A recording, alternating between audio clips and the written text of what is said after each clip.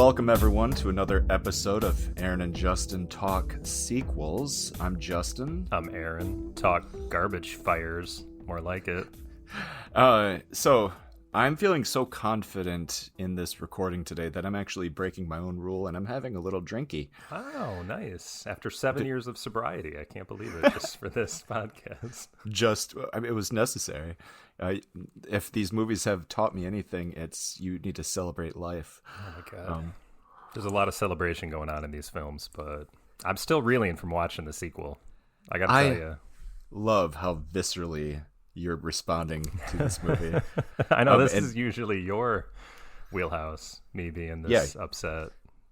Usually I'm the person that's offended and am angry and have to work through my feelings, and now it's going to be your turn. I know. I'm just so positive about failed attempts at sequels because I know there's love with the filmmakers and the stars and that they really have love for their characters. I'm not feeling that with this one. You see, and I felt it so hard. That's what saved it for me. Oh my God. Okay. We should probably tell people what we're talking about in case they're not aware. Yeah, this week we are covering the Blues Brothers and its sequel, Blues Brothers 2000. Yeah, back when ironically released in 98. Yeah, but it was the perfect time where you could put the word 2000 or the number 2000 in front of things and it would still be cool for like a couple of years. Yeah, I don't like that title that much. And just for everybody's sake, you all keep asking, we are not we don't cover prequels. We consider prequels as separate series. If there's one prequel, there's room, but they need to usually have their own sequels to talk about them. And we also don't cover reboots, so we're not going to be talking about this film's reboot. I actually don't know if you've ever seen that. The name of it is escaping my head. I'm blanking, and I've been practicing this bit for 2 days. You usually always have some obscure reference to go with what the sequel actually is. A few years after this movie failed so hard, they tried to reboot it with a grittier take with Curtis Hanson's 8 Mile. I don't know if you've ever seen that. I've never actually seen 8 Mile. You know, I haven't either, and I hear it's great. Oh my God, this is the worst. Young white man who grew up poor in a predominantly black community, and so he shares the love of the music of this community. Yeah. And so he goes and he gets really good at it. And I think that movie, I'm guessing, I've never seen it, tweet at us if I'm right, it really delves more into the concept of cultural appropriation and race more than the Blues Brothers does. Again, a grittier take on the whole thing. I'm sure it's great. But yeah, I am interested to know, does 8 Mile cover that appropriation? I honestly don't know. I would just guess that it doesn't because Eminem became his own brand, really. I mean, yeah, he was doing rap, but at the same time, everybody just loved him immediately. So it was like he just got an immediate pass, and no one's ever thrown that I can remember appropriation label on him at all, ever. I bet you $75 if you see 8 Mile, there's going to be at least one protagonist who does not like him simply because he is white and he is appropriating something that's I'm sure that's in there, but I doubt that they go into it. It's probably just a racial slur thrown at him by a couple people sometimes, and then he really proves himself, and then he becomes part of their world. But when they make the sequel 9 Mile, we'll cover it. I don't know. Is that the way it works? Yeah. Yes. There was a 22 Jump Street. And actually in that movie, you know, with Jonah Hill and what's his name? 21 Jump Street, you know, it was obviously a comedic take on the show with Johnny Depp, right? Right. Totally really had nothing to do with it, except, spoiler alert, Johnny Depp actually shows up in the movie. Oh, never knew that. He does cameos, you know, he's like a cameo guy, so it's not so surprising.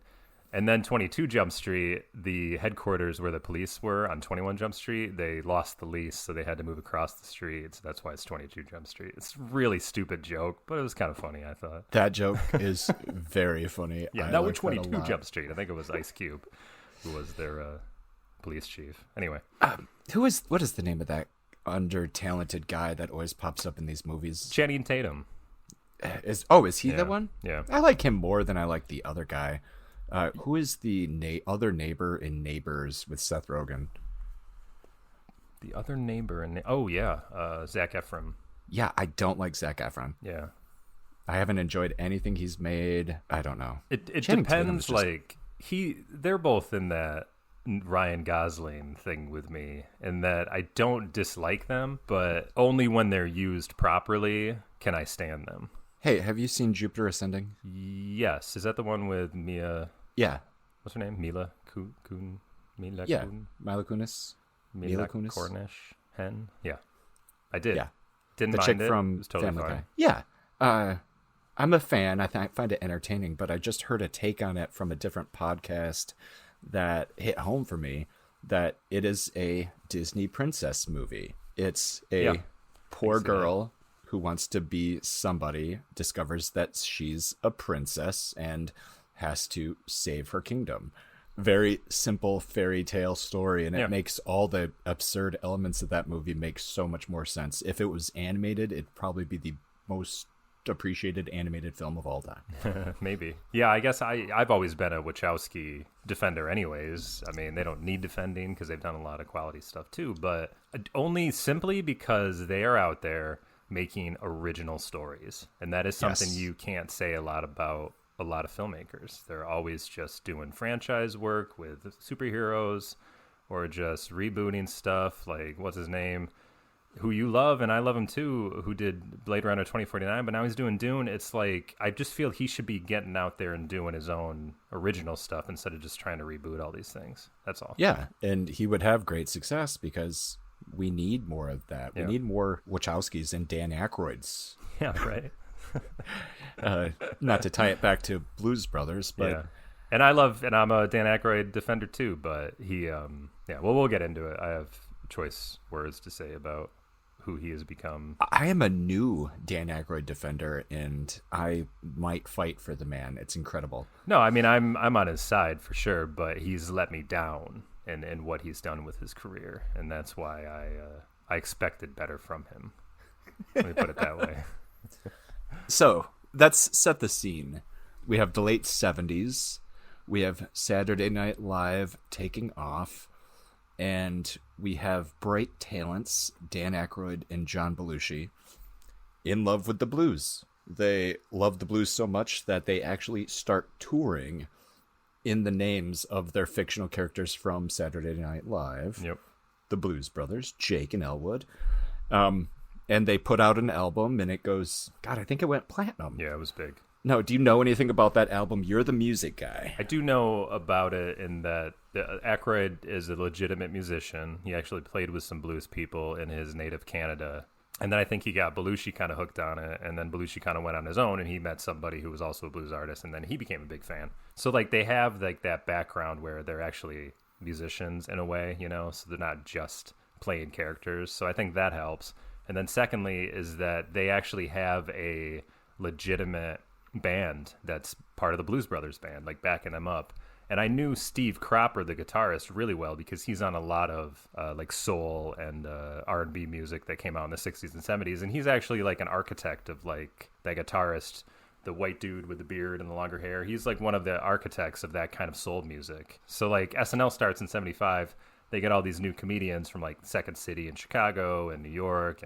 But in order to make the SNL band, they actually like got Paul Schaefer, you know, who we all know with David Letterman, and a bunch of these guys who actually played on like legitimate labels. They were like session men or whatever. So anyways, Aykroyd and Belushi want to be the Blues Brothers just for fun. We'll sing some songs on SNL.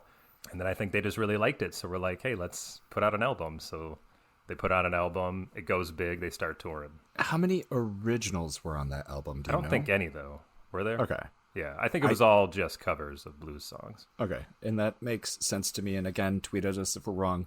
We need people to yell at us on Twitter when we're wrong. We appreciate that. We want to learn. Yeah, and I only, like, I come in with, like, the reason I want to cover the movie is because I have knowledge about it. But it may be a lot of knowledge or it may be limited knowledge. So then you watch it, you read into it, and then you try to explain it best you can to people that may not be as familiar on our podcast. I may not get all my facts right. But I've always been the guy that kind of prefaces things with like, I may be wrong, but just to save my ass. Yes. But I'm totally yes. fine with people calling me out and telling me when I'm wrong too. And with this film, like, It's digging into such a rich history and time with a certain group of comedians that I don't have enough experience with, and that I'm really starting to like. I'm just hitting the tip of the iceberg with Blues Brothers. So I'm hoping as we cover more films, it'll fill in more of those pieces, because this history is so interesting. And if I have a goal with this podcast at all, it's the same way that I've experienced podcasts where I hear somebody talk about something that I don't have a lot of experience with, and it makes me want to check that out. Yeah. So if by the time this is over, you want to check these movies out and it's because of something interesting you heard today, I'm happy and I feel like we're accomplishing something. Yeah. And whether things like this make me a fan or a collector of whatever we cover is beside the point. I just like having the knowledge that I'm a little more knowledgeable about a subject. If somebody wants to talk about Blues Brothers, I feel like I can join that conversation now. Yeah. What's your first experience with Blues? Do you have any like knowledge of them? Like, when did that come about? I watched them during our golden age of discovering movies and just watching everything we could. You hear about classic movies and you want to see them. Yeah. But it didn't leave any real residual, I love that movie so much impulse. Yeah, I would always see the Blues Brothers on all the time. I felt like it was just on all the time. So I kind of pieced the movie together over seeing it over the years. Like, I'd see a half hour here, I'd see a half hour there. So I like actually knew the movie when I watched it this week. I was like, yeah, I've seen all this. But I never think I sat through the whole thing and saw it in order. But I think my first knowledge of them was, I asked you because I was like, my dad and I used to go to the high school football championship games that used to play at like the Silverdome in Detroit. Yeah, I remember this. Yeah. So we just started doing that sometimes. He just thought it was a fun father-son thing. Like, we go see a couple games. They weren't even like my high school, or our high school. So we did it a couple years.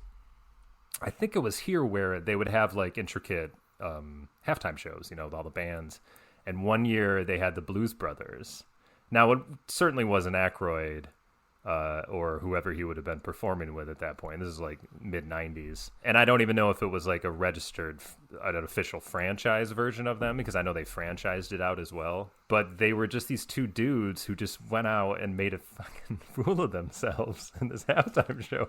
And it's like, even as a kid, I remember thinking like, what is this shit? Like, I just thought it was the stupidest thing.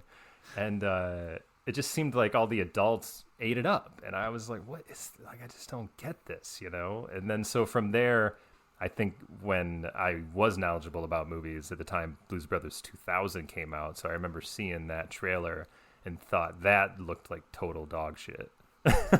So that brings us to now, where I want to redeem myself in the Blues Brothers' eyes and say, I'm sure the first movie is as good as people really say it is. And I want to get knowledgeable about that. But I really don't expect to like the sequel. And that's pretty much where I am right now. All right. So we set the groundwork for the first movie. So they decide to go and make a movie. Aykroyd writes what sounds like a 300-page treatment. Right. That John Landis, his frequent collaborator, whittles down to a workable movie, and they make it. Sounds like he never had written the script before. Because he's fresh into the industry, too. Only a couple of years. I was going to say, how many movies had he done before Blues Brothers? I can't think of any movie he did in the 70s, honestly. He's got 3 credits before Blues Brothers, and I'm sure none of them are big. So Blues Brothers might have been his first starring role. Yeah, okay. But we have Love at First Sight, Mr. Mike's Mondo Video. Nope. And then we have 1941. Oh, see, there you go. Yeah. Which he was in with Belushi. Right. But I always thought they were basically the same year, right? Didn't they both come out in 80? Everything before, 79 was 41. Yeah. This movie, if you had to sum it up, I think I would pick blues is magical and it transcends everything, and everyone should love the blues. Yeah. Both of these movies just feel like a love letter to this style of music and the respective styles. It's not just blues, it's soul. It kicks off with blues, but Yes. it also touches on soul, rock, and country a little too. Although country's played as kind of a joke. And I want to touch on the concept of cultural appropriation real quick Touch it. before we start it, just because it feels like the film is anticipating people having that thought, even though I don't even know if they were concerned with that in 1980. They probably were. Hard to be. It'd be surprising to me if that was something that they were worried about that would affect people's critique of the film or even box office. Nowadays, I don't think a movie like this would be made. I think it would, but differently in some Yes. respects. Yeah. Because we are talking about two white guys singing a genre of music that has originated within the black community. Mm-hmm. And when we're talking about cultural appropriation, we're talking about taking something from a minority community, and all of a sudden white people are able to do it better. Yeah, and I don't even know if better is the word, but I think more popular. And that it's almost like people don't care enough about it unless white people do it, and then it becomes something worth making money off of. You know, that's where I think the appropriation comes in. Right. There's a lot of great black artists that did a lot of great music, but it wasn't until Elvis Presley started singing those songs that then everybody started paying attention. And the media wanted to cover it, and record companies wanted to promote it a lot. So they really needed a white savior to come in order to make this music popular. And then people grow up thinking Elvis is the one that originated all this stuff. You can't take anything away from his ability to perform or his singing voice, because I think both of those are incredible. But even he would tell you that he learned what he learned from these black artists, you know, that who don't get the respect that they deserve. Absolutely. And you can look at this debate from all sides, and all sides can have a point. But at the end of the day, nowadays it happens. I feel like over the last 20 years, we've seen a rather big shift, and we've seen black actors be able to take center stage with big blockbuster movies, and studios embracing that instead of thinking that black actors weren't bankable. We need to get a white guy, otherwise we're not going to sell tickets. Yeah. And knowing the name of a black actor in a mainstream movie was more of a novelty. They were fewer, and the ones who were able to fight through and become superstars, like, everybody knows their names. Yeah, I will say that the 70s changed, did pretty well, especially with blaxploitation films. You got to know a lot more in that era. And then maybe it did kind of dip in the 80s for some reason. It seems like the 80s were more of a white person bankable decade. But I think the 70s did some good stuff. Well, like, there's always been black cinema. Yeah. And movies directed at the African American community. But there hasn't been the mainstreamness of what we have now. I mean, we have Chadwick Boseman, we have John Boyega. Well, we don't have Chadwick Boseman, unfortunately, but we had him. And he was great. Right. Sterling K. Brown. Yeah. I love Sterling K. Brown. Like, he was on and he's been in movies that I love, but he was in a single episode of Brooklyn Nine-Nine. Okay. And it was one of the most electric episodes ever, and it was just because of what he brought to it. I love him. Yeah, I just Donald Glover. Mm-hmm. I think my favorite nowadays is and I just totally Michael B. Jordan. Michael B. Jordan. He's so good. I just think we talked about this before, but I think he should be Black Panther. I really do. I know I can't remember the end of Black Panther if he lived or not. Did he live or not? His character? I can't remember. I can't remember at all. I haven't rewatched it in a while. But he needs to be the Black Panther. I mean, I'm all about, if they want to make his sister the Black Panther, I mean, that's fine too. But I just think that it would be an interesting take on it if he went from being the villain to the hero, or at least the anti-hero. He was already sort of an anti-hero in that film anyways. Very an anyway, I think he's good. That. And I want to cover Daniel, the Creed movies because he's good. Yeah, stay tuned. The guy from Get Out, Daniel, and I can't say his last name. I can't say his last name either, but he's great. Yeah. Kaluuya? Sorry, man. Lupita Nyong'o? Yeah, she's good. I love her. She's awesome. And one more reason why I couldn't stand the new Star Wars is because they totally... when you have a woman like so striking and beautiful and so good at acting as she is, and you turn her into a little Yoda character, like, what the hell were you thinking? Just put her in the movie. Like, it would have made both of those two sequels better. Can you imagine if it was just her and no CGI schluck? That character would be talked about nonstop. Yeah, it would have been amazing. Anthony Mackie is a really obvious one, and Oh yeah. but anyway, like, we are rich Yeah. with very talented actors and actresses nowadays that 20 years ago we wouldn't have been able to see them to the extent that we could have, just because studio executives would have said they weren't bankable.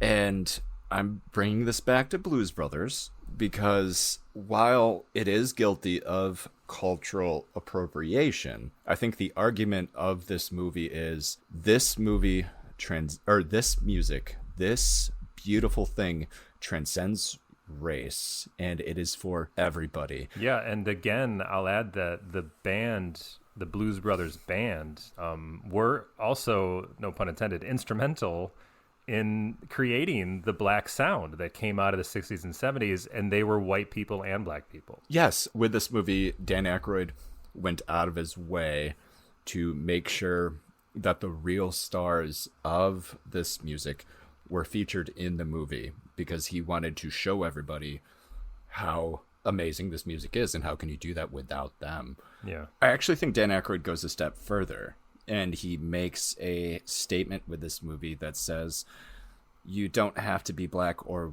white to like this movie. There isn't a racial divide, but what divide there is there's a divide between the rich and the poor.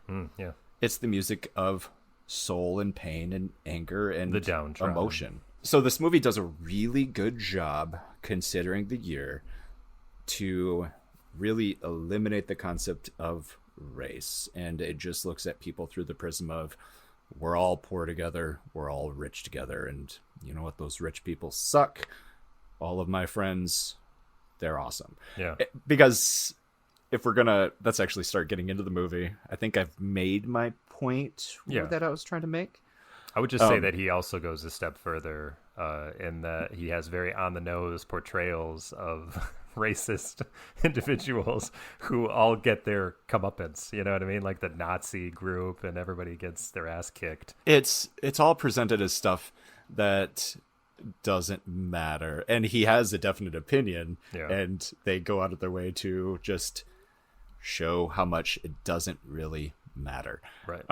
But this movie does a really good job of any movie that I've seen of presenting the poor in a non-stereotypical way. Yeah, there you go. It really reminded me of Shameless. Did you watch Shameless? I've never seen Shameless, no. It's that same vibe of you're going to a part of a big city and everybody's kind of just on the same page. Right.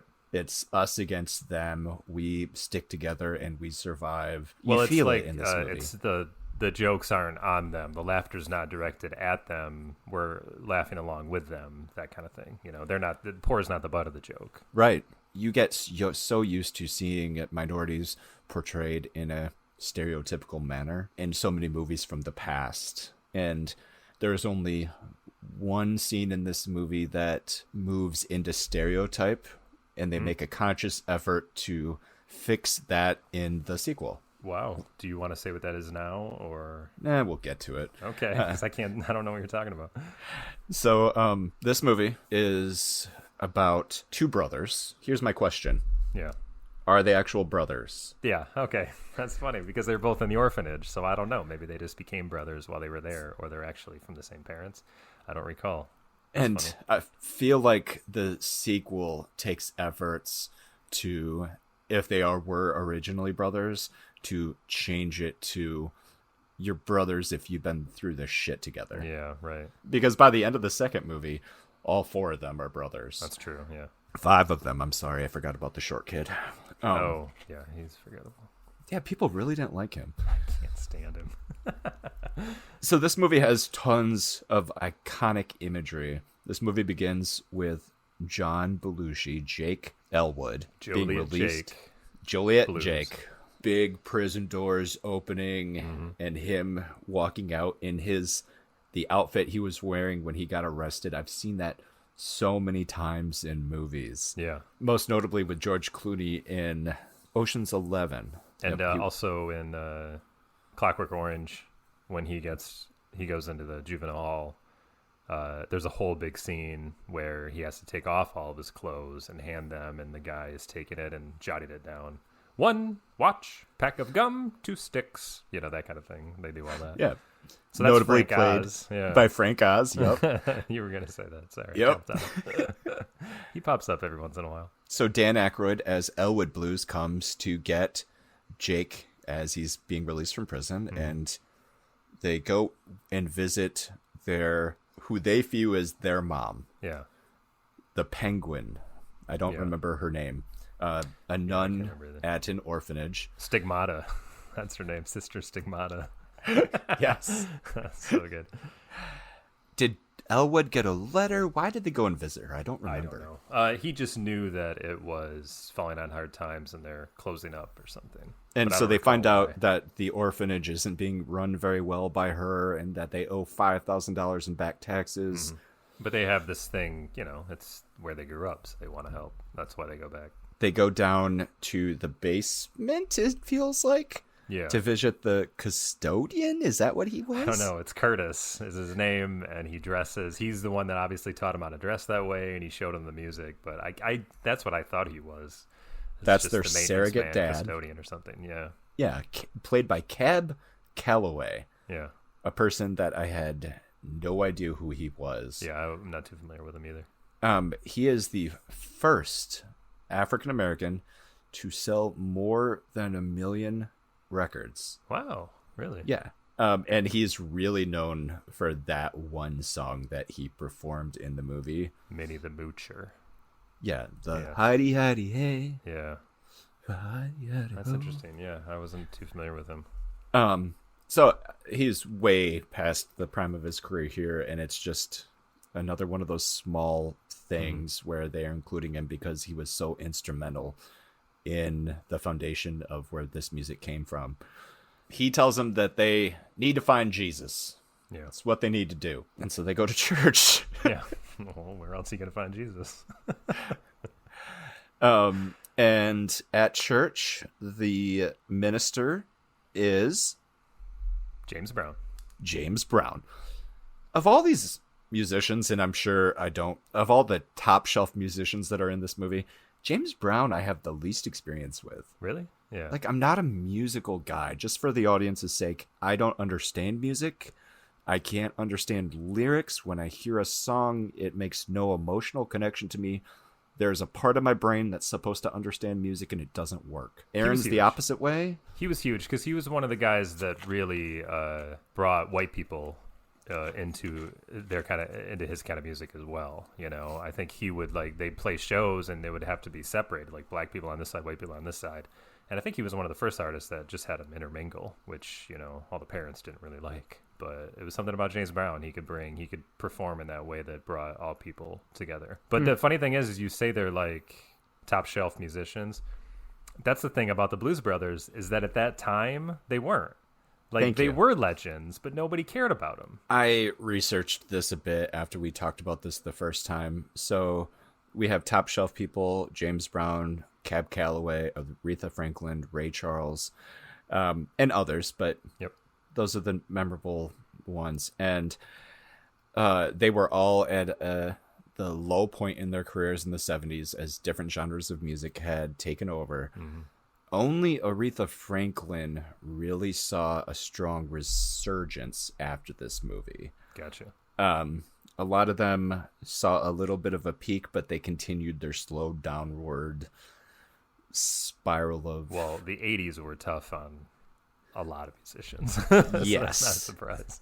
But yeah, Aretha, she had just been released by her record studio, but she got a big bounce, it appears, from this movie. Okay. And she experienced quite a few decent hits. She had that big Pink Cadillac song, or maybe it wasn't Pink Cadillac, but it was riding in my... You'd know it if you heard a Cadillac song in the 80s. That was a huge one. If I remember right, and again, I could be wrong, Ray Charles, I don't think, charted again after this movie. James Brown, I think, charted one more time. Well, he had an acting career started because then he was in Rocky IV. Yes, and that's a really good song. point. After these movies, a lot of these people actually appeared in a lot more movies. Mm-hmm. And that was fun. That's funny. this movie was only released on 590 screens when came out, and it grossed, I think, about 59 million in the United States. It grossed more internationally. There was one story I saw where they were pulled into the studio's offices and they said, we're going to put this in 590 because what you have here is a film for African Americans. And we're not going to bother putting this in white neighborhoods. And I believe that story simply because John Landis was coming off of Animal House. Yeah. Do you know how Animal House did? Well, it did amazingly well, didn't it? And it made Belushi the biggest star in the world, I think, at that point. Real quick tangent. How long has Box Office Mojo been a terrible piece of shit? No idea. I don't really look at that stuff. It's so hard to read this site anymore. And I think Amazon itself has a problem with site design. I like allmusic.com, and if you ever go there, just because I'm a music fan, and they just have reviews on albums. But the whole thing has just been taken over by ads. It's just awful. And you got to like close, and then sometimes it'll like reload your page, you know, because it's like taking up too much energy. It's just horrible. Why do they do that? I don't know. That's a tangent. I just don't know why they do that. So 1978, 2 years before Animal House, John Landis, the director of Blues Brothers, puts out a movie with John Belushi. For the year, it is number 2 behind Grease. And it made $120 million. Animal House, you're saying? Animal House. Yeah. And so the studios know that this guy makes a hit, and he reunites with the star of that hit. And then they only put them in 590 theaters. It's because studios think they know how to make and how to promote box office films. And I don't think they thought they had a sure thing for whatever reason. So then they're like playing it safe, basically. But they don't know. If everybody knew how to make a huge hit, there'd never be any failures. And it speaks to what I was talking about earlier with how we've seen a real shift in the last 20 years. Like these are the kind of things that really did control the narrative.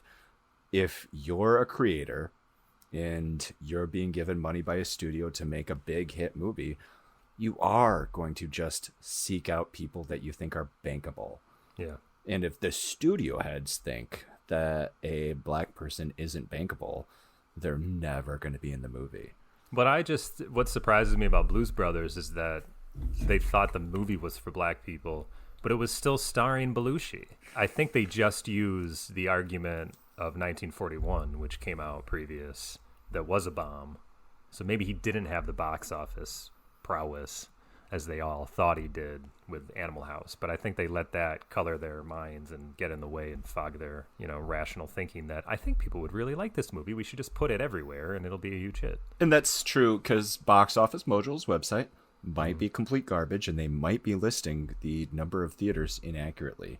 Who knows? I think I read that on Wikipedia too, though. So okay. And they also wanted them to not cast Ray Charles and Aretha Franklin and everybody because they're just like, kids don't care about these people. They're nobodies now. Like I saw comments that said that Aykroyd had to fight to get those guys speaking roles. Like that's how much studio interference was trying to meddle. And I wish studio interference would have stopped him from giving any of the artists in Blues Brothers 2000 speaking lines, but I can't have everything I want. All right, let's get through this very nightmare. Anyway, plot light movie. So they go find Jesus. That's where we left off. They find Jesus, and we have an amazing scene where light literally comes down from heaven and envelops. Which one did it envelop? Belushi first. He's the one that finds Jesus. All right, and Belushi realizes they have to get the band back together, which I am 99% sure that's what he was going to say, whether or not they went to church. I think before they even went to church, they were talking about getting the band back together. I could see them wanting to get the band back together. Yeah, they were in the car, I believe, talking about trying to get the band back together. But they weren't as serious until he realized that that's the only answer to their problem. Yeah, and we are skipping over a great line where John Belushi asks Dan Aykroyd, where did the car go? What did you do with the Bluesmobile? And Dan Aykroyd says simply, I traded it for a microphone. And then he goes, I can see that. Where John Belushi says, oh, that makes sense. Yeah. And to show the prowess of the new car, Dan Aykroyd decides to jump a bridge that's separating for boats, the bridge, and they clear the bridge, and that sells John Belushi on the quality of the car. And this is going to be an episode of tangents, but Dan Aykroyd was just on Seth Meyers' Late Show to commemorate the 40th anniversary of Blues Brothers. Wow, all right.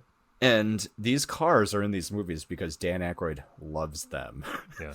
In that episode, he was showing Seth Meyers a new Ford, whatever they're called. Was it a Continental? Is that what it is? Ford Continental? Or? I don't think anymore. I can't remember. Whatever the newer police vehicles are. Yeah. Dan Aykroyd had spotted a couple at a dealership and went in and bought all the ones that the dealership had. And he said that he has one, his daughter has one, his neighbor has one. He's got about 5 or 6, and they all at total cost about $20,000, I think he said. Wow. And he said it's careful because you have to, he has an intermediary to buy the cars because, the second you find out that it's Dan Aykroyd buying it, then all of a sudden the cars are $100,000. That's funny. Jesus. Yeah.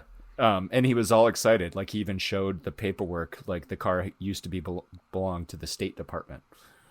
And he just showed the tags. So, like, Dan Aykroyd is weird and really into former police vehicles just because of their souped up nature. Anywho, off the tangent. Get us back on track. They figure out that they need to get the band together, play a big show, and make the $5,000 the orphanage needs to stay open. That's the whole movie. That's the whole movie. That's what I like most about the movie, is that it's a very direct story. They both have a goal in mind, and it's just about getting to that goal. It's awesome. I love movies with a short and simple plot that you can sum up in a couple sentences.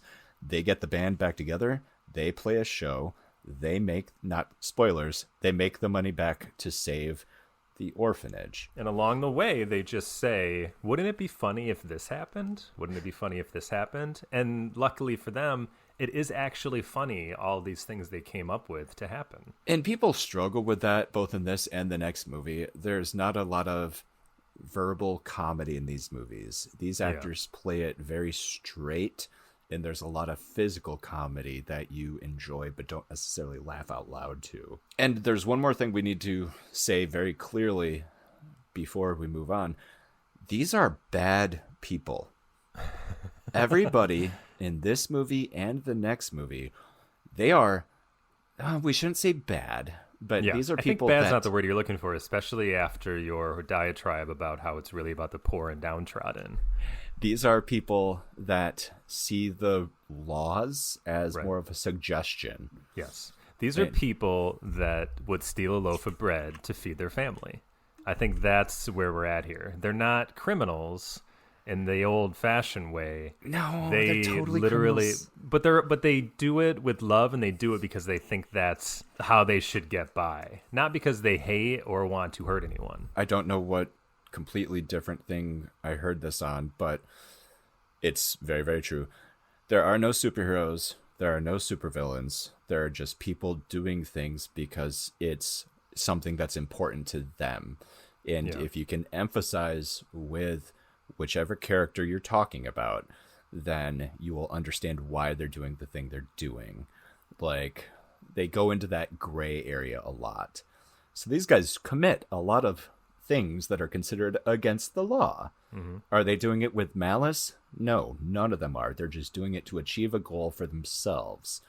And they go out of their way to comically make sure that nobody really dies in these movies. Yeah, right. When they should very often all be murdered. Well, it reminds me of watching in the 90s, like, superhero cartoons when, like, a plane would blow up in, like, Spider-Man or whatever, and then you would always see the pilots or whoever parachuting into water. Or if anybody got thrown, they would always fall into water or something soft, because they could never show anybody dying. And that's kind of similar in Blues Brothers, in that there's so many car crashes, but usually they show people getting out. And they're okay. World record holder for car crashes, former. I think it was until the sequel outdid it by one car, right? Which obviously was their goal. And I did not know that that was their goal when I watched it, only Yeah. afterwards.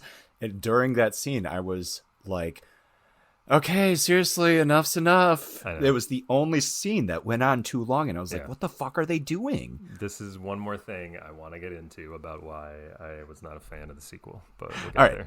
there. Dan Aykroyd's perfect in this movie. I love the character. He plays it well, and he's awesome. And this is really, I mean, for most people, aside from 1941, which apparently nobody saw, like this is the first time they really saw him in a motion picture, right? And then he goes from this, and then you see him as Ray Stantz in Ghostbusters. You see him in Trading Places. Like he definitely has a lot of different sides to his abilities, and that's what I like about Aykroyd is that this is a very different role he played. Yeah, and Spies Like Us. Yeah, And Spies Like like Us. they're so good. And Belushi's good. I don't know Belushi as well, and there's obviously reasons Yeah. that we don't know him as well. I think he's good, but I've never been a super Belushi fan the way people are. I think it's a little bit of the whole he died young, so he's remembered a little more fondly than a normal person would be, you know? I mean, he's good, but he was unlike anybody. Like, nobody really saw anybody like him in a motion picture or on a TV show. Like, he was a slob, and he was proud of it. That kind of humor, that kind of self-deprecating humor is great when it comes to stars all Yeah, playing for sure. themselves.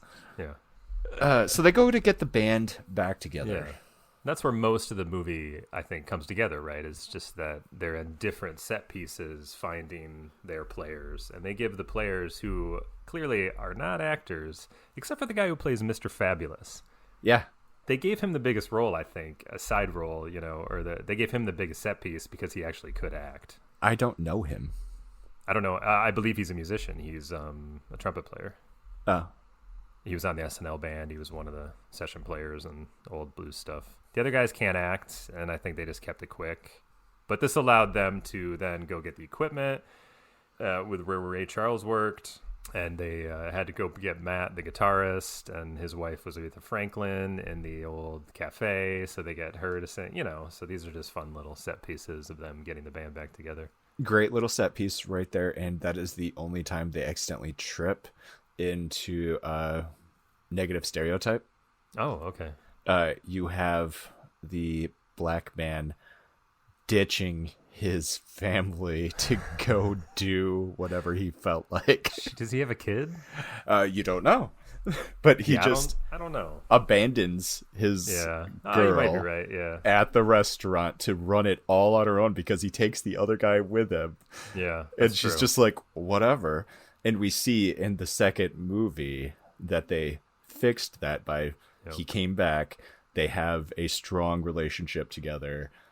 And she lets him run out on him this next time. Yeah, I guess I don't know. I didn't take it that way because I just took it as that's pretty Chicago. You work in at your greasy spoon, having domestic issues. Woman, I got to get away from you for a while.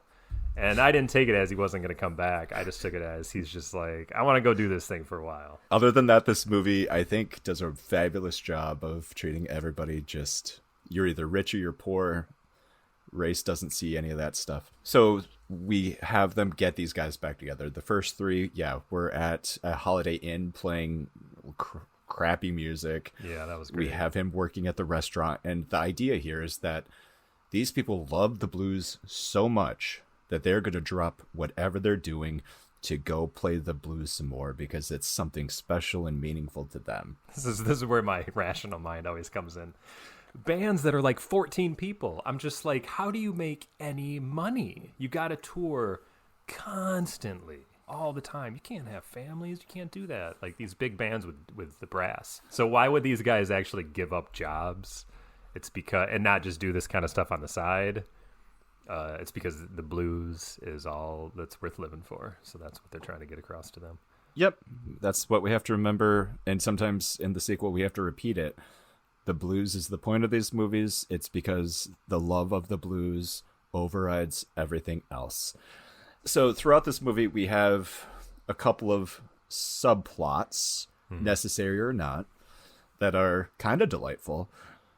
We have John Candy as Jake's parole officer, chasing them down with the cops. The cops themselves feel slighted as well. These two patrolmen who take him through that gray mall thing where they just destroy everything. We kind of skipped over that.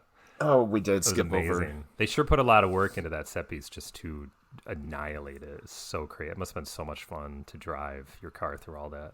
That was very early on in the Everything. movie. Yeah. Yeah. When they're on their way home from picking up Jake Yeah. from prison, Elwood gets pulled over, and the cops have the new digital system in their car, and so they're able to figure out that he has like 100 parking tickets. Lights it up like a Christmas tree. Yep. And so they run from the cops, and just immediately there, they are ducking the police, and they take them through a mall, and they're just tearing everything up. That's where the comedy that you're talking about is that it's not a lot of vocal comedy. It's more slapstick comedy. But they had a blockbuster budget. So they're like, our slapstick comedy is going to be the destruction of buildings and vehicles, and let's just go for broke. And that's what I like about this comedy is that they spared no expense when it came to just destroying stuff. And it never gets old in this movie, at least. Yeah. $30 million budget in 1980 for a comedy. That's insane. Yeah, and I'm sure 29 of it was just to build sets and destroy them. But I hate to say it, and I think we'd be remiss if we didn't bring it up. The mall scene made me think about John Landis's dark history in the 80s. Yeah. Because this scene,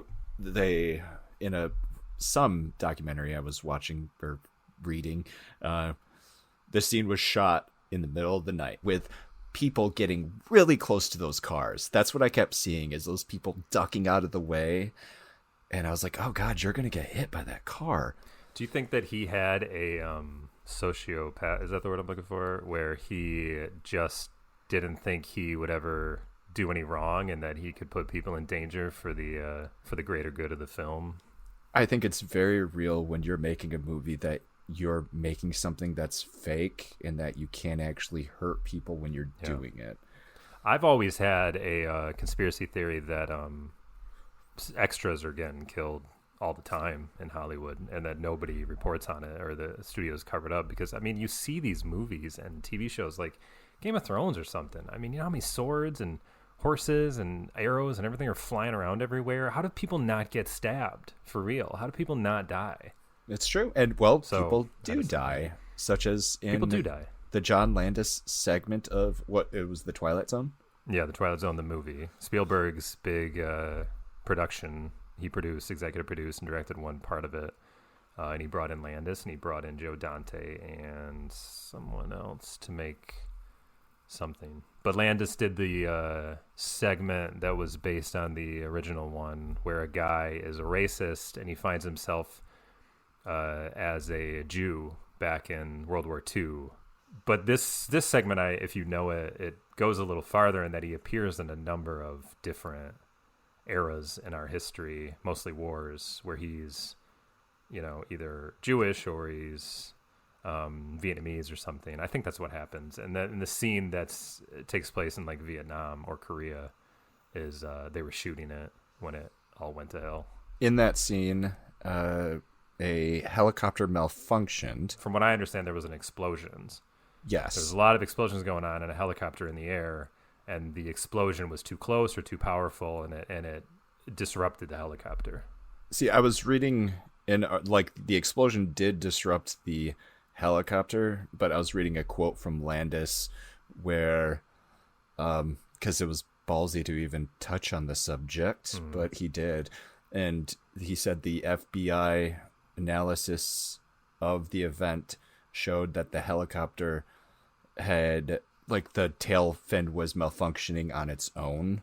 Okay. And yes, there was an explosion that took place too close, but it didn't directly correlate with the crash. Like the helicopter itself was meh. Yeah, well, maybe the helicopter would have been fine if there wasn't that little added thing that sent it over the edge. I don't know. Yeah, apparently the special effects guy completely mistimed that, obviously. Right, yeah. And I don't think the special effects guy ever had charges brought against him. It was just the people in charge of making the movie. They were all charged with involuntary manslaughter, and they were subsequently found not guilty. Well, what happened is that is it Vic Morrow? Is that the actor? I didn't recognize his name. So the helicopter comes down, and the blades of the helicopter decapitated the lead actor, Vic Morrow, I believe is his name, and two of the young Asian children that were sort of featured extras that he was trying to carry across. Yep, Vic Morrow.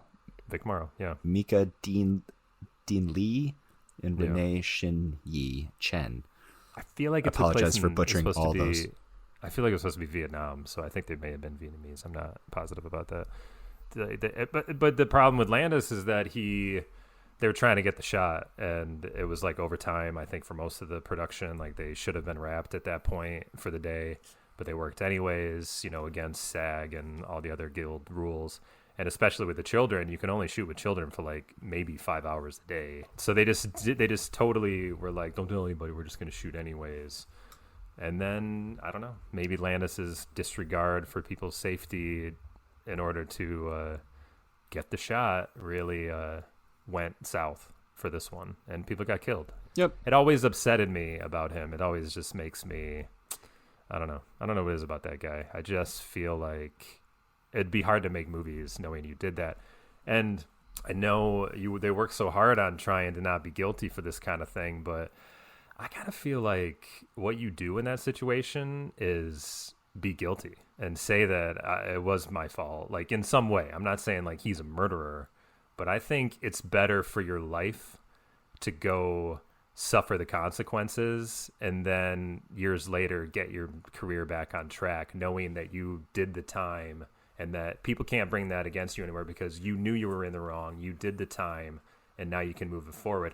But if all you did was fight hard with your lawyers to not be responsible for it, you have to spend the rest of your life convincing other people you're not responsible for it.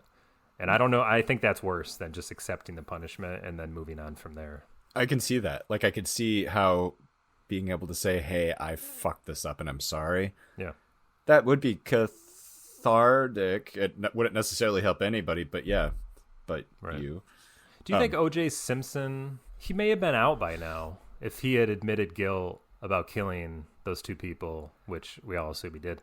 And not then necessarily go to jail for don't 20 sue us. years and then come out. Would he be in a better place now? Do you No, think I mentally? think maybe. I mean, honestly, I think maybe. he could live with himself. It's America. I'm just like, if you do the crime, as horrible it is, and you accept the punishment, then maybe if you get out, you are able to move on, because we all will sit back and say like, he did his time. But however, a grisly murder of two people in that way, he may have went away for life. So I don't know. Yeah, it probably would have been life. But yeah, I definitely think that shaped the crazy OJ that we have now, holding up people at gunpoint to steal back trading cards. Is it just worth, is getting out of that worth the rest 30 years of your life or whatever, having to prove to people you didn't do it constantly? Yeah. I don't know. And this is a big subject we're getting in here. That makes me think of John McTiernan.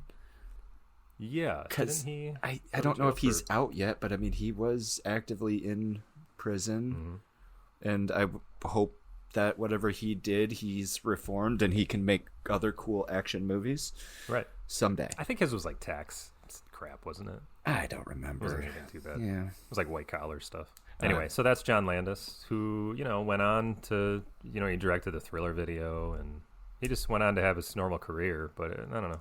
He kind of petered out in the 90s pretty quick, but his 80s were amazing. Animal House, Blues Brothers, An American Werewolf in London, Trading Places, Twilight Zone, Spies Like Us, Three Amigos, Coming to America. And then in his 90s, we get Oscar, Innocent Blood, Beverly Hills Cop 3, The Stupids, and then Blues Brothers 2000, Susan's Plan, and his final one in 2010 is Burke and Hare. So many artists have that amazing streak to begin their career, and then it just falls off a cliff. And you don't know if with Landis and Aykroyd, who Aykroyd's career follows a similar telemetry, if they just got rich and didn't care anymore. Well, how about we continue with the movie, and Because I feel like we got to get the first one. We haven't even got the first one done yet. Oh yeah, okay. Good point. So they get the band back together. Oh, we didn't cover the other subplot. We started talking about the first subplot. Yeah, so that was the first one. Yep. Second subplot is Carrie Fisher as a mysterious woman who keeps trying to kill Jake. She pops up all the time. At the beginning, Elwood takes Jake to his boarding house for men. Carrie Fisher goes and she blows up the entire building. Yep. And then they go up to their, like, no big deal. I mean, this is the slapstick comedy where it's funny because they don't even mention what the deal is. It's like people are always trying to kill him or something. Yes. They don't even care. They have one focus, and that's And then she the destroys band. their building, and yeah, she's always shooting at him and stuff. Mystery woman, you don't know why. She's so hot in here, though. Oh, my God. It's 1980, you know? Like, she's at the peak. We haven't even gone to Return of the Jedi yet. Yeah, that's true. Yeah, I know we still had Jedi to look forward to. Incredible. Anyway. So, yeah, in between their So you don't know main what goal- her deal is, but yeah. Yeah, we don't.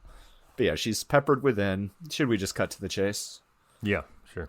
With this subplot, it turns out that Carrie Fisher was Jake's fiance before he went to prison, and he just forgot.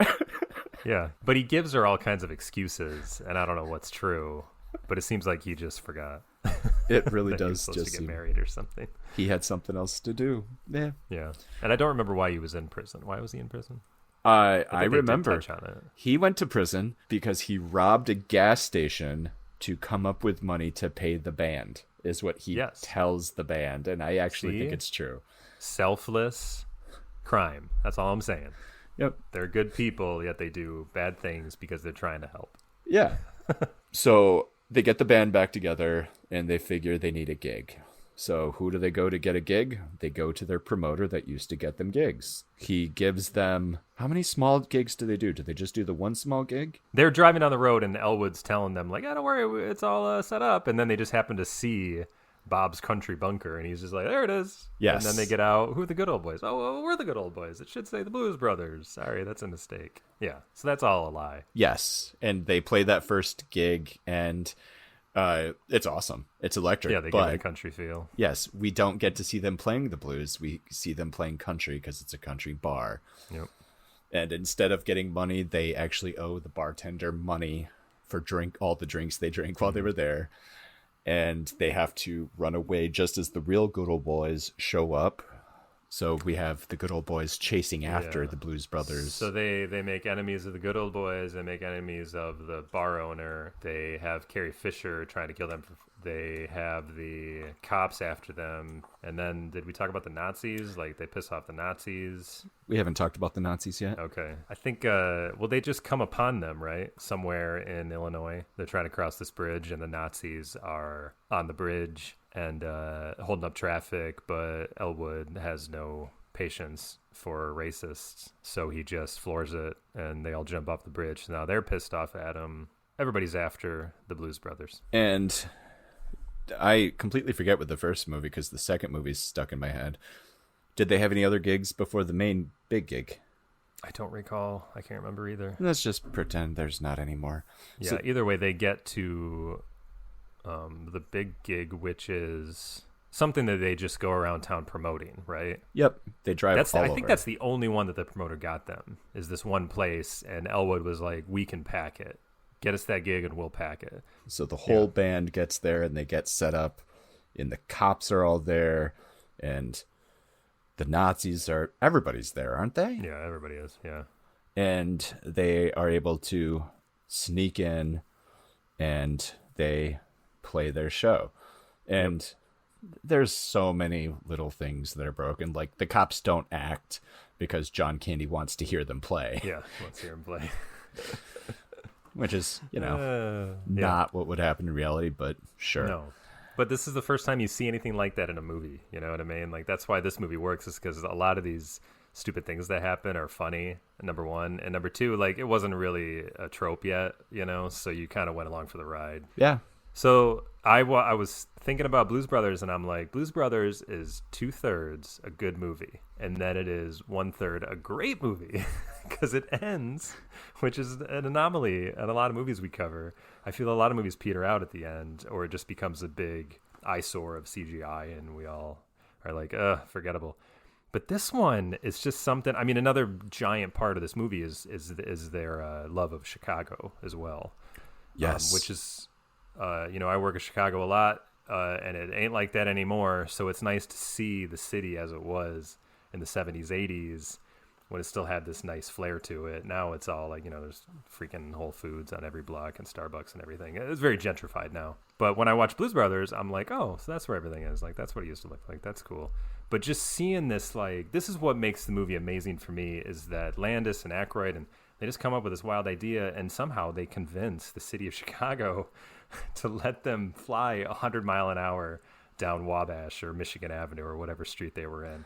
Like, dodging cars, destroying vehicles, cop cars flying everywhere. And it looked legitimately like the Chicago police. Like, they haven't even changed their logo since then. Those still like different cars, but the same logo. Like, I wonder how many actual police cars of the Chicago police they crashed or were allowed to. But just like it just gets mind-blowingly crazy. And then the military joins in and they go through Daley Plaza and, they're going through the glass and everything. And just like so much destruction. It was a lot of fun. And that's what I really like about the movie, is that it doesn't get old at the end. Like, you're really enjoying them very calmly getting away from everyone who's after them. And so they get to the city assessor's office, and the police are outside and the military's outside, and everybody wants to kill them. And we get one last surprise cameo from Mr. Spielberg. Yeah, of all people. Steven Spielberg pops up as the city assessor. And I just like the simplicity of that scene where it says be back in 5 minutes, like he's at lunch. So what they do with Spielberg, he's a better actor than I think most people, and he's a better actor than most of the musicians that are in the movie. But they don't give him a lot to do, which is smart. He just is chewing a sandwich and he opens the door like, "Can I help you?" And then he says, "Here's your check," or "Here's your receipt." So anyways, they save the orphanage, they pay the tax bill right before the police all bust in and arrest him. What an ending to have all of the Blues Brothers playing just in prison this time. Yeah. Because I don't know if the rest of the band got arrested, but I think it showed them all in their jumpsuits in prison. Gotcha. Yeah, so they all went and did time. Yeah, they do Jailhouse Rock at the end, which is a fitting ending. 103 cars were destroyed in the 1980 film. They bought 60 police cars for $400 a piece. Oh, that's pretty good. And that's where your budget is. And then Blues Brothers 2000 went out of its way to beat it by one car, 104, until it was beaten by G.I. frickin' Joe. Weird. And then a bunch of movies have beaten it since then, but yeah. Well, now they don't destroy as many real cars as they used to, probably. Mm-hmm. Mostly CGI. So overall thoughts, is this a classic? Is this amazing? Definitely a classic. I think it was really unlike any other movie, and that's what I really think stuck out. So it had great music, and it was a real love letter to the blues, and it's a good film. Yeah, it's a good film. If Belushi hadn't died, I think we definitely would have had a sequel only a few years after the original, probably. Now, can we talk about Dan Aykroyd? Unless you want to go over... I don't really want to spend much time at all on Blues Brothers 2000, so if we can just quickly... Did we do that real quick? Yeah, just like 5 minutes. Okay. Let's talk about this, and then we can talk about everything wrong and good with it. All right. So, Blues Brothers 2000, this is what is going on in my head. We have Dan Aykroyd and John Landis, who really see Blues Brothers as the beginning book in their film or their collection, their library. That's the first bookend, and they are looking to put another bookend at the end of what they consider their movie careers. Yeah, I don't know if they're thinking this is the end, but I do think I'll add to that and say that they both were at a low point in their careers in the late 90s. I don't know as much. So why not finally get back together and do that sequel we've been talking about for a long time? I mean, yes, they had definitely been talking about this sequel for a long time, but this movie feels like a last hurrah in so many ways. I think that is more depressing in that this is what they came up with for a last hurrah. No. Because after this, none of them, Landis has, one more movie? But Aykroyd doesn't really take any starring roles after this. He's happy. Yeah, but I don't think that was by choice. I think that was because this was a complete and utter failure in every way and an embarrassment to the first movie. I think it was by choice. So they may have been going down anyways, and this put the last nail in their collective coffin of their careers. And now all Aykroyd has is hey, I love Aykroyd, and he's got a lot of other interests. It's not like he has to be a movie star anymore. But all he has left is Ghostbusters, really. No, he is so invested in his nightclubs and his booze. Sure, no, that's what I mean. He's got all these other things, but as far as a movie career goes, all he had left after Blues Brothers, after destroying Blues Brothers with Blues Brothers 2000, all he had left was Ghostbusters. Like, I can make one of those again. That's it. He's worth like $200 million. He's like the 9th richest comedian of all time, something like that. And the way I see the trajectory is like, yeah, he's making movies, but when he launches, what's the name of the stupid franchise? Oh my God, I expected you to know exactly what I was talking about. What's the franchise? The Blues. Oh my God. Yeah, this is bad. House of Blues. House of Blues. House of Blues. Dan Aykroyd co-owns a big thing. the House of Blues franchise. Yeah. And he did like 10 years of hosting blues radio shows, and he owns a fancy vodka brand. And yeah, the Crystal Skull vodka. I know about that. Yeah, I didn't know about that. Comes in a crystal skull. Like, it looks like... it's not associated with the Indiana Jones movie, but it looks a lot like it. Yeah, I want to try it now that I know that Dan Aykroyd's everybody. I'm not big on vodka. Yeah. But, no, hey, I got nothing against his other exploits because you got to keep busy. So he's got all these other interests, which are great, and he's huge into the paranormal. Yes. So he does stuff like that. He even had that show. Do you remember watching that show on, I think he had on like Fox or whatever in the late 90s or something? I can't remember what the hell it was called. The year before this was Grosse Pointe Blank. I remember Dan Aykroyd in that being a pretty heavy guy. Yeah. And well, I remember him in that movie. I remember him in the My Girl films. Yes. Remember that? He was the dad. This came out after the fact, and he really got back into fighting form to play. Yeah, he looks thinner. I was surprised at how younger and thinner he looked in Blues Brothers 2000s as compared to the other movies he was in the 90s. Yeah. Yeah, he absolutely matches it. Like, he was bringing the heat when he was making this movie. I think they made a lot of conscious decisions that people didn't agree with. And I'm not going to... This isn't a perfect movie at all, but I think it's totally salvageable for what they were going for.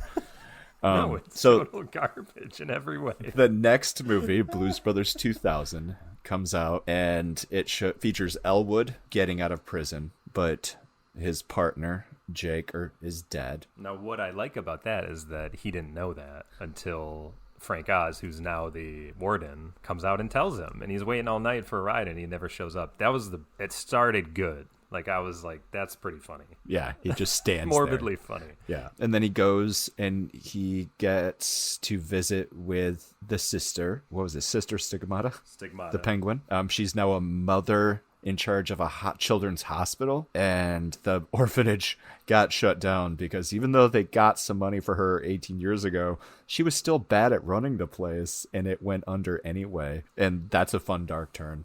And she wants him to mentor a boy, which just further cements how isolated from reality this woman is, and no wonder the kids in her charge turn out to be criminals, because she puts them in touch with criminals to mentor them. This guy's an ex-con. Yeah, I think he'd make a good mentor. Yeah.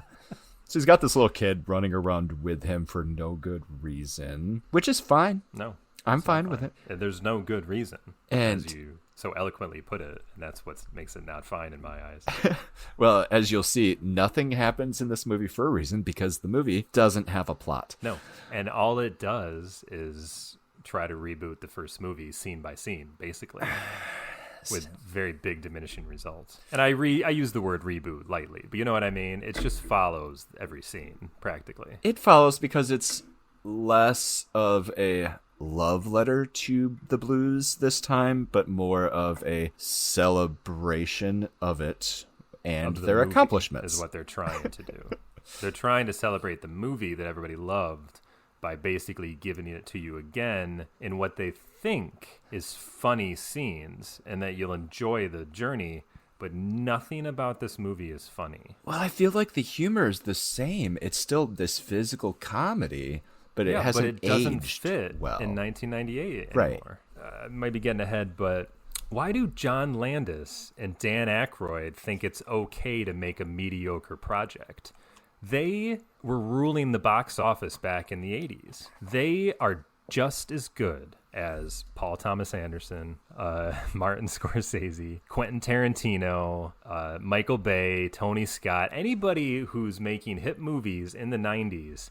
They are just as good. It's not like they had to take a back seat to all these young people that are making new movies. Like, if you want to make a movie in 98, they could have come out on top and said, like, hey, I'm fucking John Landis, I'm Dan Aykroyd. But no, they made this mediocre pile of garbage like they were amateurs. Okay, yeah, there are some actual technical flaws to this movie that I noticed that bothered me. But this movie reminds me of the last movie we covered, The Two Jakes. Yeah. Where they made a movie more than 14 or 15 or 18 years later, and the tone of the sequel matches the tone of the era that the original was made in, so it's like a fish out of water. The Two Jakes is a great movie, but it failed because it was a movie from the 70s put out in 1990. Yeah, it failed commercially, but it did not fail critically. Right. And that's the big difference, is that it was still made by professionals who knew they were still professionals. Nicholson knew he was still a professional and could do just as good a work as anybody, as Tim Burton, as anybody else who was putting out a movie in 1990. He knew he could match that quality, and he totally did with The Two Jakes.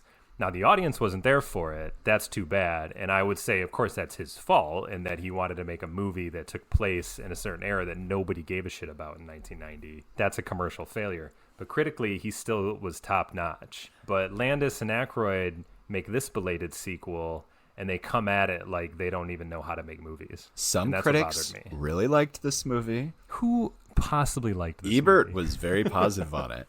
What? Like, No. he pointed out the flaws, but he said it was a bunch of fun and the music is great. It's not. I mean, it's just a sad, flabby retread of the first one. That's what bothered me. Secondly, it wasn't funny. Thirdly, it took everything that was raw and grimy and fun about the first one and like gave it a veneer. Like now he's a Mercedes dealer, and Aretha Franklin walks in like she's Aretha Franklin, the movie star or the music star, not Aretha Franklin, the sad cook, which was a way better set piece than what we got later. I don't know. Everything about it was just like they didn't care. See, so many of the things you just said were like, exactly. But this movie really missed Chicago. This movie was shot in Toronto with some Chicago pickups of the skyline. Yep. But yeah, it didn't. Once the minute they went on the road, you felt out of place. Why did they do that? Yeah, this did not need to be a road trip movie. I give that their big strike. Why didn't they bring it into Chicago? If they would, I think they could have recaptured some of that magic if they had brought it back to Chicago. That's what I was missing. I think so I'm too. with you on that one. To rewind for a sec, so he gets out of prison and he meets with the nun, who's now a mother, and he decides to get the band back together. But this time he doesn't have a reason for it, because if we get to the heart of it, just like in the first one, if they hadn't even talked to the sister, they would have been talking about getting the band back together because they love the blues. So that's what he immediately starts going and doing. But not having that thing at the end, I'm trying to raise money or I'm trying to do this, that's why I'm doing it. The movie kind of just unwinds because the audience doesn't really follow anything. Well, I think it insults the fans of the first movie, and that it just expects them to stick around for these antics, but there's no reason to be there because it's really not. It's not any better than the first movie. It's not. It's worse than the first go around. Oh, it's everything you're seeing worse. is a worse interpretation of the first movie. So why would anyone want to stick around for this? So it's like we see all the old musicians, so he interacts with them in the same way they did the first movie, where we get set pieces of him finding the band again. So he kind of gets a job in this nightclub that's owned by one of the bandmates. Like exactly, all of the drummer. people in his band. So every time these guys go to jail, the band goes and gets a normal job. Yeah. This time, and they seem to do pretty well for themselves. Yes, this time they have and then done Elwood really come and well. messes it all up. They're in the nightclub, like you said, from their drummer. I can't remember which guy. Yeah, Willie the drummer. Yes. Owns the club. It's a strip club. It's a seedy thing because these are, again, aren't top-notch people. Right, They're just not at all, doing no, what they yeah. can. And the Russian mob is shaking this guy down, and Elwood decides to handle it by getting the Russians drunk, stripping them naked, and then putting a note on them that says, "Leave this strip club alone, the Masked It just makes Avenger," things worse. which is just terrible. Like So dumb. it's just, I don't even know the words. Like, it doesn't make sense that he's doing Yeah. it. He's just doing what he thinks is right. And that leads to the freaking bar getting burned down by the Russian mob. And then the guy that he totally screwed over, his bandmate, who owned it, had earned it. He's like, all right, well, I guess we got to go on the road. I don't have a job now. Horrible.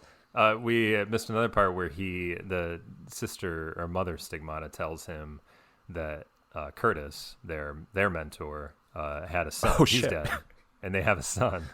And I can't remember his name. You got to find his name for him. Joe But, Morton. he was Joe Morton. So he was in T2. So he is apparently Curtis's illegitimate child. So Elwood goes and is like, this is to your point that Jake and Elwood may not even be brothers.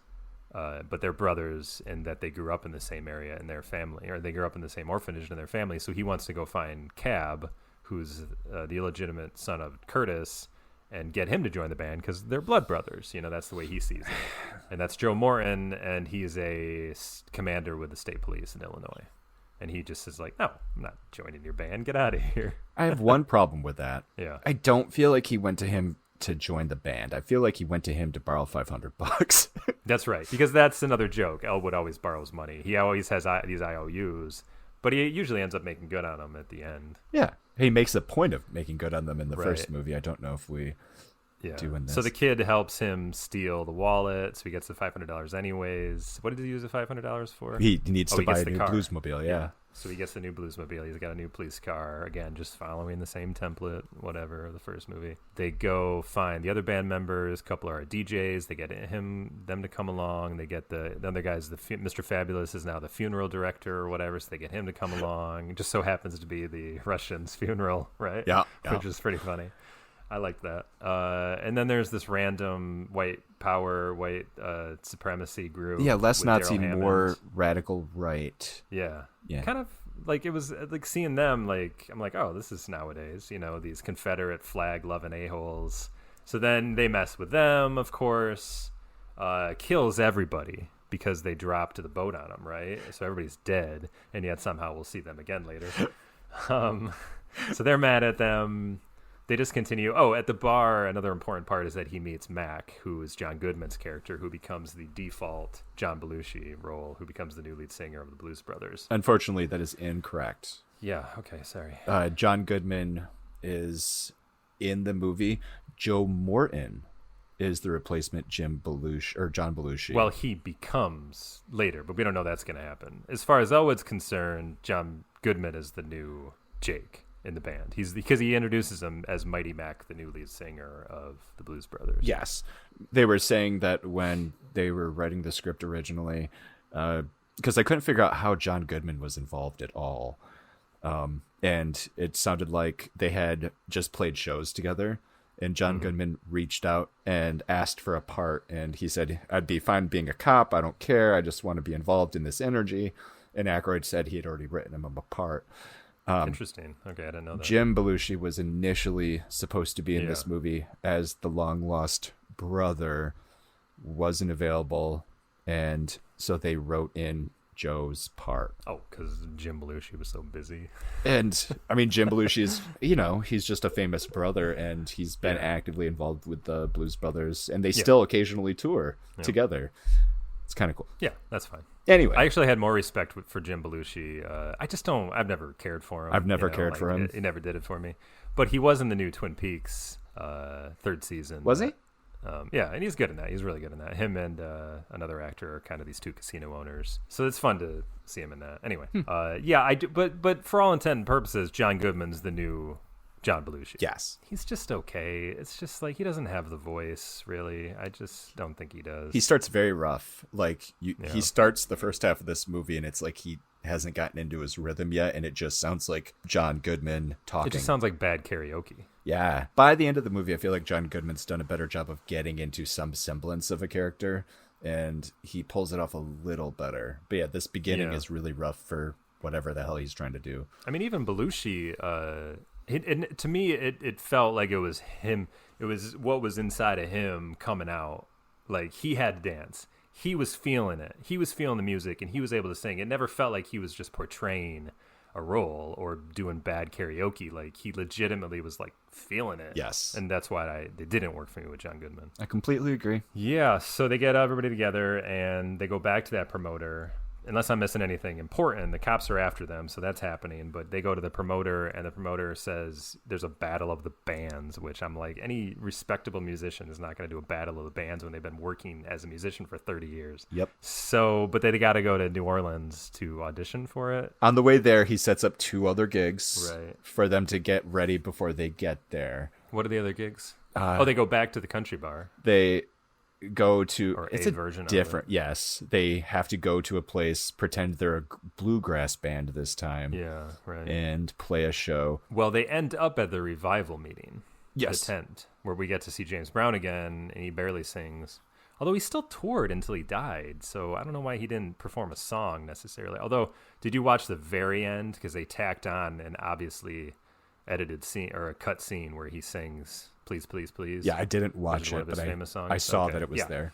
But all he sings is "Please, Please, Please." He just sings those words. That's it. Like, they don't even let him sing a song. And I'm just like, James, you were performing for at least another 6 years before you died. I don't know why they didn't give you a whole song. Anyway, so they do the revival meeting. That's just the same damn thing from the first movie, but just not as good. But this is the turning point with the cab character who now he finds Jesus and realizes he should not be a state police officer. He should join the band the way his illegitimate father he never met would always want him to, or something. So he magically gets transported out an obviously hole in the tent that the crew cut for him to fly out of on wires. And then in some of the worst, it's not CGI, it's like, what do they call it, where they just like superimpose stuff. He changes outfits and he becomes a blues brother, and then I just like everything about it was, I'm like, who is making this movie? This looks like B movie crap. Yeah. He joins the band, so now he's another singer with the band. So there's 4 of them now. And in a very similar way to John Candy being like, let him play in the first movie, because he changed his heart. Because, and just to lay it out crystal clear, he starts the movie as a bad guy because he's a cop. He's the enemy of the poor. And he has to find blues, find that feeling, to be captured by it and to be transformed into somebody that's a decent person. Guess. I don't know, man. It just is like, Um, what is this? And then he's just like, oh, don't worry about that anymore, cops. I'm not very concerned. I know, and they all just start dancing. Like, oh, okay. Yeah. This is really good music. I'm like, what is this movie? It just got so bad. And then they all go to New Orleans. Yep. And have to perform for the voodoo lady and the priestess, the voodoo priestess. Who turns them into zombies. Who turns them into zombies. And, like, it just gets so out there. Like, I know the first movie was a little out there, but this just gets, like, stupid out there. Stupid out there. Like, what's the point of them being zombies? No point.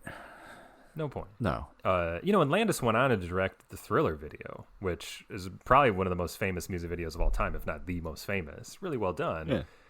But the charm of the first movie is that it's all pretty raw. So even their choreography isn't great, but that's the charm in it. It just works. So they're kind of shooting these little music video pieces in the first movie, but they're not perfect. But that's what makes them fun. And then in this one, they are making them not perfect, but not in a charming way at all. Like, just in a crappy way. So I guess them becoming zombies was almost like, we're going to now perform like we're Michael Jackson and his crew in Thriller. But none of them can dance well, and the choreography is shit. So I just am like, it was painful to watch. Like, some of this stuff is just cringy, and I was struggling to get through it. Yeah, because the message of the blues is the most important thing and the blues overrides all. The message is there, and you can explain away the nonsense with that, but it doesn't make it easier to watch. Like, No. you're almost more invested in these characters and you want them to make good decisions, but you're just watching these people make these really ridiculous, stupid decisions, and you get a little mad. And then they go from there to they got accepted. That she okayed their performance or whatever. So now they got to do the Battle of the Bands, and then they're up against Jesus, fucking B.B. King, Eric Clapton, Steve Winwood, Billy Preston, who I love. So Clarence Clemens, like Bruce Springsteen's saxophonist, like everybody's there. Paul Schaefer's there, and he's a goof, but he's a legitimate musician that's worked with everybody for the past 50 years. Like just a who's who of all these great stars. And I think because Blues Brothers was such a popular movie that all their agents were like, you got to do this. It's going to be another hit. It's going to be great. And none of them said no. I want to know who said no to this movie. I don't think anybody said no to them. Oh God, it's just, and then Clapton shows up like wearing his dad outfit, and he just gets bad lines. And B.B. King's good. I had him play the guy who sold him the car. That's what they should have left these people as. And then they don't win. I guess they don't win. Like the blues guys win the Battle of the Bands, right? They go on, these all stars, these incredible legends, and they do good. And then the Blues Brothers play, and they're also really good. They pulled that off. Like, you believe that they're a legitimate, amazing band. And then they don't win. That's it. They went on this journey from Chicago to Louisiana, made all these people quit their jobs for the love of the music, right, and upend their entire lives just to go play music and then not even win. Yeah. And like all the threads get wrapped up because the voodoo priestess comes back and turns the white supremacists and the Russian gangsters into rats. So that's all settled. Yep, and then Mother Stigmata's there trying to arrest Elwood and with her people, with the FBI, I guess. Yep. And then interstate crime, so it'd be the FBI. Right, because the kid is like being kidnapped and he's with the but she let him go anyways. I don't really know what the deal is, why she's like. I let you have. But then they all realize that, I don't know. Are they like saying we're gonna stay a band, but for right now, I need to take the kid and we need to get out of here, but we don't know where we're going, and then it just ends. Yeah, basically, it's driving away from the cops. Yeah, it's I'll meet up with you guys later. For now, we got to get away from these guys. And the movie ends with Elwood and this boy running away from the cops. Because if Elwood gets busted by the cops, he's going to prison for life. They made that a point in the movie that he's a 5-time offender, and they had passed the 3 strikes and you get life in prison rule. So what we could have saw is that there could have been a nice, even better police chase with a lot of cars, but they decided to end the movie before any of that happened. So I don't know. It could have been another fun 10 minutes that would have ended the movie. That would have stayed in my mind as, at least it ended well. But I don't even get that.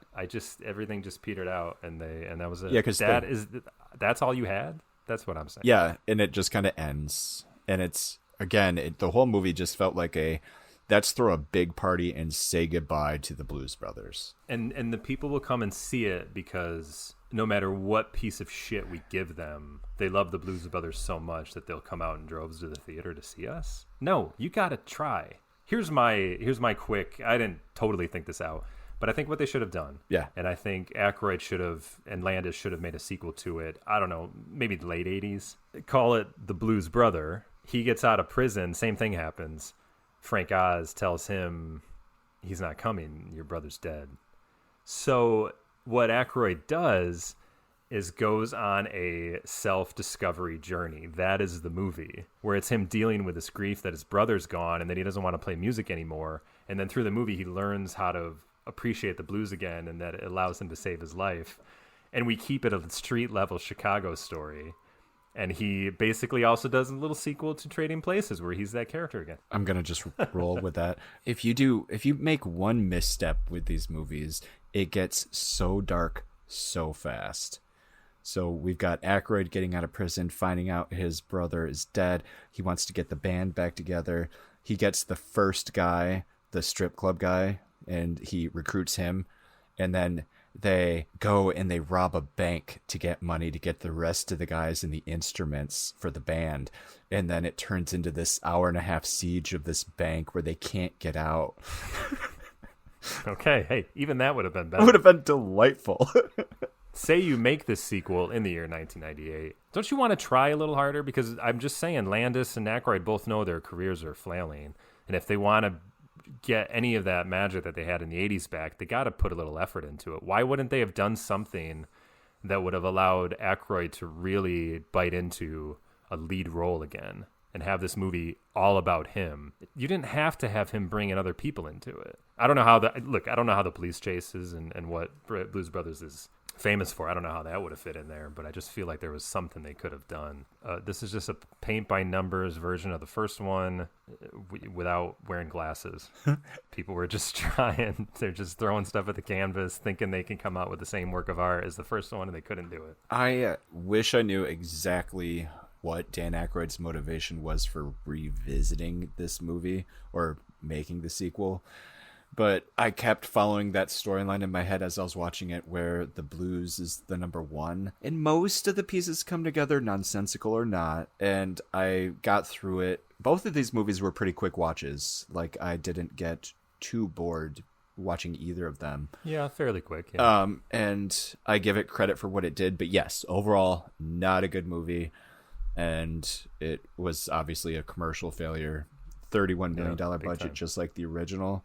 It only made $14 million total. And I mean, honestly, I think that was it for them. Like, this is why Landis wasn't able to do another film, and this is why Aykroyd didn't really do anything notable after either. I guarantee you that's not what they wanted. See, no, I see Aykroyd as being retired. He does bit parts because he feels like it, but outside of that, he doesn't work with the acting stuff. But he was only, I mean, year 98. I mean, he's not that old. Yeah, and I bet you, like, if he didn't have to work, he was probably like, I don't really want to do this. I want to hang out. Wouldn't he have only been like 50? He was just under 50. He was probably, Yeah. he was, when this movie was made, he was 46. Are you telling me he's going to watch, he likes to watch Bill Murray have his second career start with Rushmore and Lost Translation, and that Aykroyd wants none of that? I don't think he's that concerned about it. I honestly see it as a self-retirement kind of deal. Like, I think he's doing a Gene Hackman. Well, no, Gene Hackman's a hard out. I think he's doing more of a other old guy, Hannibal. Anthony Hopkins, where he's retired, but he still comes back and he does stuff because he can't help himself. Yeah, but they all acted until they were 70, is what I'm saying. Right? Yeah, but they took a hard out when they were actually old dudes. Hopkins doesn't count because he didn't really get famous until he was like 55. Either way. But yes, those are the Blues Brothers movies. I want to touch on Dan Aykroyd real quick before we wrap up. Whoever's running Aykroyd's Wikipedia, like, you need to do better, because you're running it into the thing here is that we think about Dan Aykroyd as an actor, but good God, is he kind of a prolific writer. He's got writing credits on Blues Brothers, Ghostbusters, Spies Like Us, Dragnet, Ghostbusters 2, Nothing But Trouble, which I know that was bad, Coneheads, and then not again until Blues Brothers. You know, I just watched Coneheads a couple weeks ago. Do you like it? So funny. Really funny. Kind of stupid, but it was funny. Like, he was good in that. He was still the Dan Aykroyd we all love. Yeah, absolutely. And, I mean, it's fun. There's only been 11 movies made from SNL sketches. I thought there was more. They made The Blues Brothers was the very first movie they ever made from an SNL sketch. But it took 10 years to make another one. What one was that? Do you know? Wayne's World. Wayne's World. How did they make only one? Like, they might have just been too busy making their quality original projects. Yeah, I mean, really, like, they didn't need SNL. They didn't need Lorne Michaels' help. Like, Eddie Murphy didn't need Lorne Michaels. Dan Aykroyd didn't need Lorne Michaels throughout the 80s. Like, they were all Bill Murray. You know, they didn't need those guys. Yeah, they were just super creative. But the thing that made me want to talk about Race off the top was actually Dan Aykroyd's writing, because the presentation in both of these movies stems from, I'm assuming, his attitudes. Because we kind of get that again in Ghostbusters, for good or bad. We see it repeated over and over, where it's not about race. It's not about race. It's about rich versus poor. And we definitely see that, obviously, in Trading Places. He's very interested in that dynamic. But it's to the detriment of Winston. Yeah.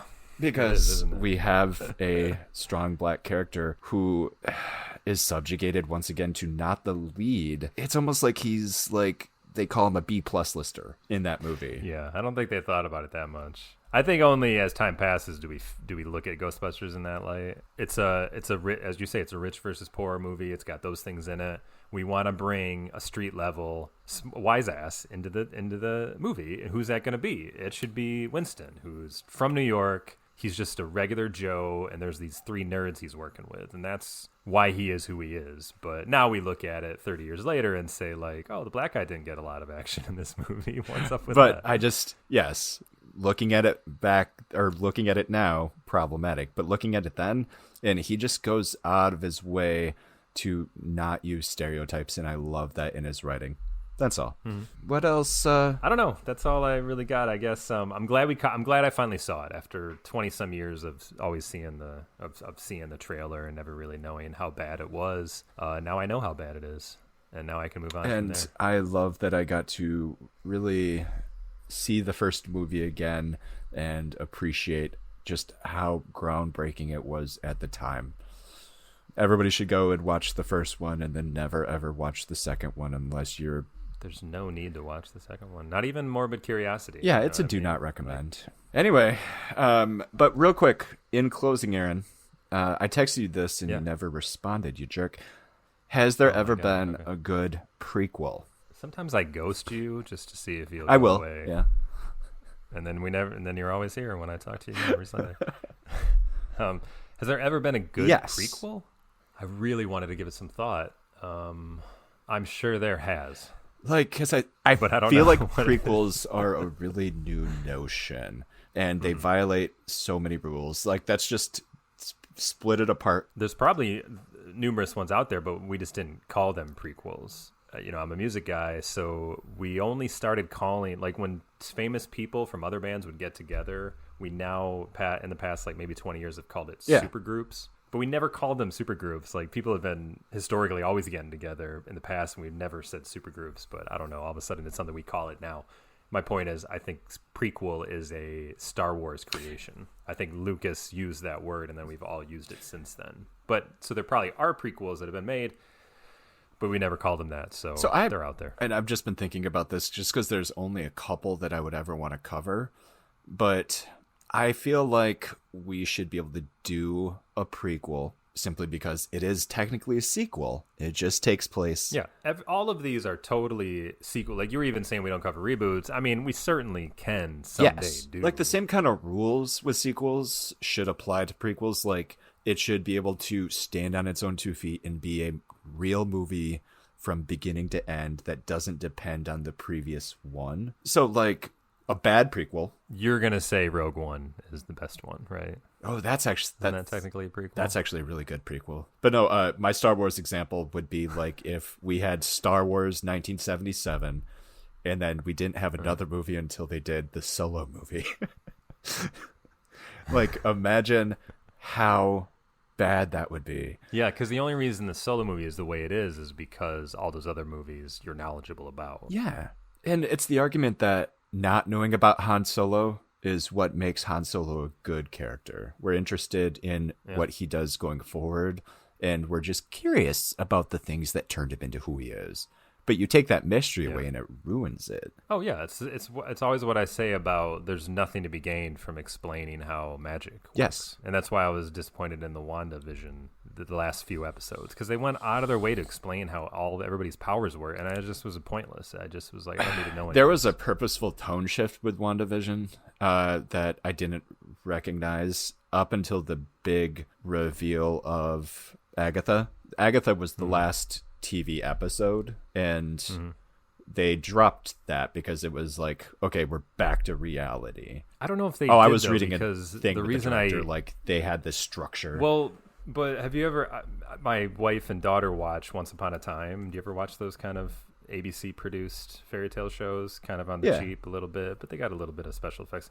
That's what it felt like. I think they should say that they were doing an homage to that level, because that's how bad it looked to me. The writing, the dialogue, even the effects all took a back seat in the last two. Like, I thought everything looked good early on, and that they were really doing movie level quality special effects, and then it all looked pretty kind of bad, like B-movie crap near the end there, and I did Like, the not part I enjoy didn't it. enjoy was those last few movies just felt like an Avengers movie. Like, the tone changed so much. Past few episodes. And it feels like Yeah. because they turned it to the Marvel tone. Why does Feige think we want that?